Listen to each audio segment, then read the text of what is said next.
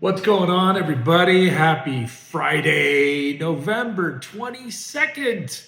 I told you a couple weeks ago we were racing to the end of the year and the holiday season, so here it comes. Here we go. I hope you're doing well. It's good to be back here in the saddle, so to speak. I was sick for most of this week, which left me a lot of thinking time, left me a lot of kind of creative downtime. So my mind wasn't distracted with the work of the day.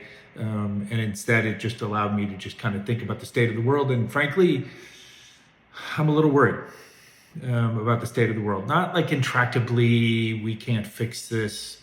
We can't learn from our own lessons. We can't learn from history. We can't evolve to become better versions of ourselves kind of worry.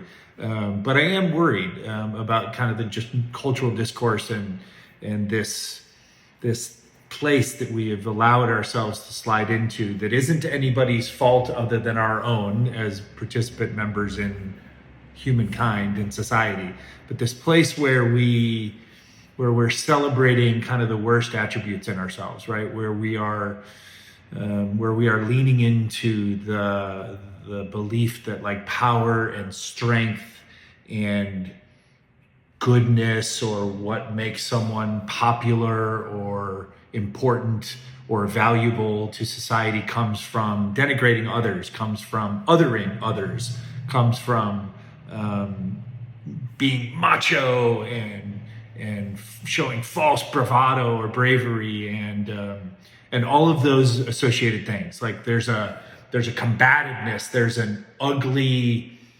aggressiveness that has taken over kind of our culture, I think worldwide, not just here in the United States. Obviously, I live in my experiences here in the United States where I think it, like everything else good and bad, is amplified on a volume level above maybe the normalcy of other places. But this current that I'm talking about that bothers me or that worries me is present everywhere.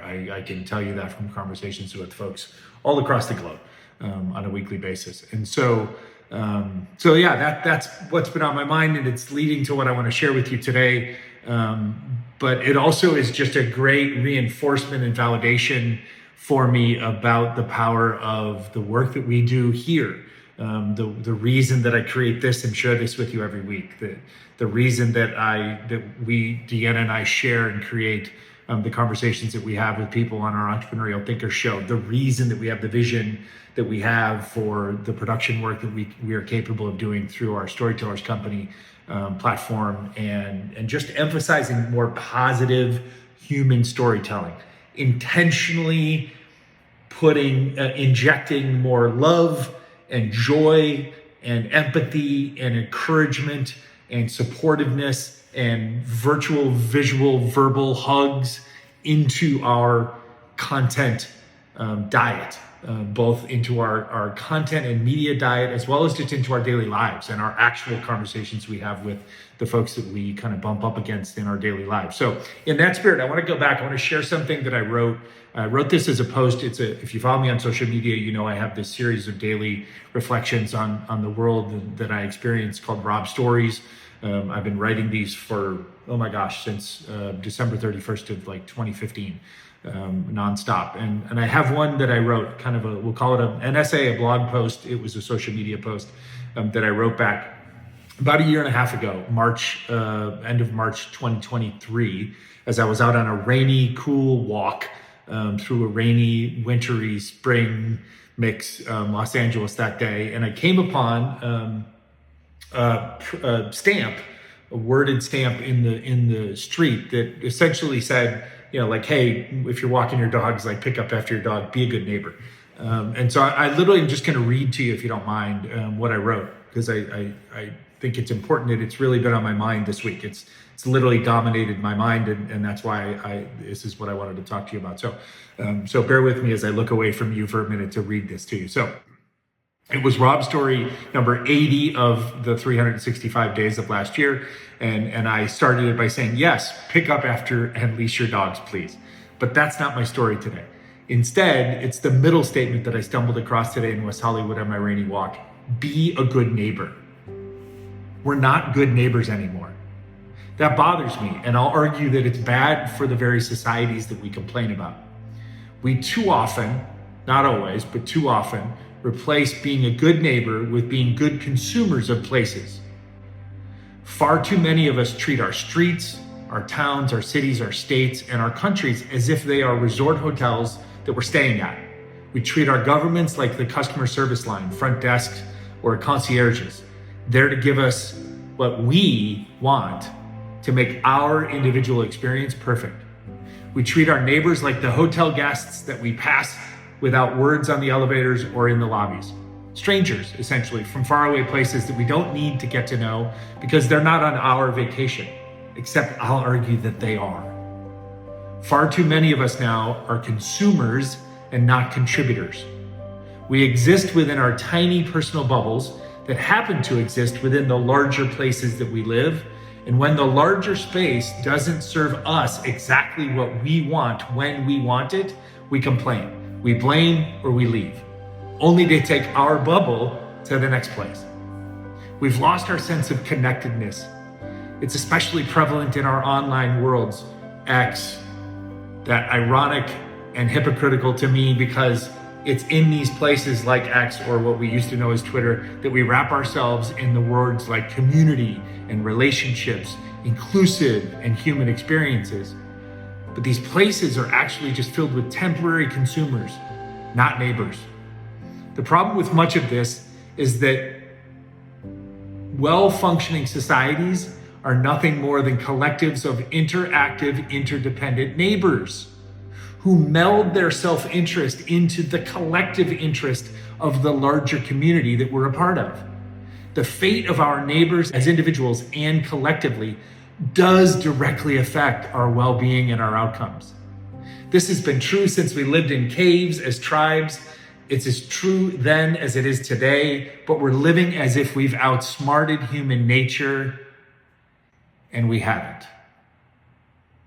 So thus the call in this video today, in this little stoppage time that I get to share with you each week to set you off on your weekend in good spirits and hopefully in good stead, the call that I make to all of us is to stop thinking that we have outsmarted human nature, to stop existing inside our bubbles, to stop living and interacting with the world, the people, the things, the places around us as if we are consumers of them, and they only owe us in return what is the good personal experience that we want out of them. No society in the history of mankind has ever stably existed or persisted beyond its inability to get over this hump. Ultimately, we destroy ourselves. And that's why I say it's important that we own this. We not blame others, the tools, the devices, the media, this other organization, our parents, etc. Like, we have to own this shared responsibility to be good neighbors. And that's why I wanted to share this with you today. Having said that, I happen to have an incredible episode of the Entrepreneurial Thinkers Show that released this week. You can always, as we talk about, you can always find us on your favorite podcast platform, Spotify, Apple, wherever you listen to your audio podcasts. That released this week. And then our YouTube version of this particular episode will release next Monday. And in it, I have this incredible conversation with outdoor education entrepreneur Yvonne Leow. She's the founder of a company called Bewilder. And while our conversation covered a lot of ground related to her work and related to the outdoor industry and related to how she's bringing kind of entrepreneurial thinking into creating experiential educational opportunities to bring the outdoors into our city lives, to expose young people to the outdoors. And we talk about her own journey. Like, while all that is true, the part of the conversation that really resonated with me this week deeply and connected me to what I wanted to share with you today was just this idea that we have an opportunity every day to be very intentional and caring about our communities, about our outdoor spaces, and about our neighborhoods. And I'll extend that out and say about our neighbors, right? I don't even hear people use this word anymore of neighbors, but Yvonne and I talk about that in our conversation. Again, it's a much broader conversation, but there's a healthy segment of it in which we discuss this. I'm confident that through the story that I share about my own experiences picking up trash in my neighborhood, as well as a couple of stories that Yvonne shares about her experiences here in Los Angeles as well, where we both live, that you will find some inspiration and, more importantly, maybe some empowerment through these stories to start to become your best neighbor in your world. In that spirit, I don't have a podcast or a book recommendation to share with you. I'm instead going to point you to one of my favorite movies in recent years, which is the documentary about one of my favorite television characters in the history of my 56 years of life. And the movie is called Won't You Be My Neighbor? It's the 2018 documentary about the story of the life of Fred Rogers, aka you know him as Mr. Rogers. If you grew up in the United States, if you grew up in my era, but if you grew up in the United States at all, at some point or another, you came across in your youthful television consumption, Mr. Rogers. And this documentary film, there have been a number of films about him, but this documentary film does an incredible job of highlighting his life, in which he just very purposely used his voice, used his platforms, long before there were things called influencers, long before we referred to this stuff as content, long before we even used words like platforms, to produce a locally produced public television show through which he touched all of our lives. And the legacy that he has left us with is that it is possible to choose to be kind.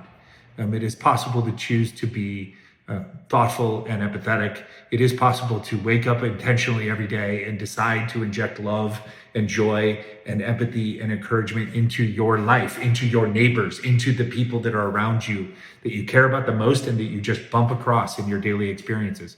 And I'm here to just kind of bring us back to that place. So I wish you all of that as we go into our weekend. I wish you more belief that you can truly use yourself, your existence, which is your platform, as you step out into the world every day or in your business, that you can use your voice and your heart to inject more joy and love and encouragement and empathy into the lives of the people around you. Because I'm here to tell you from experience, it comes back at you 100-fold.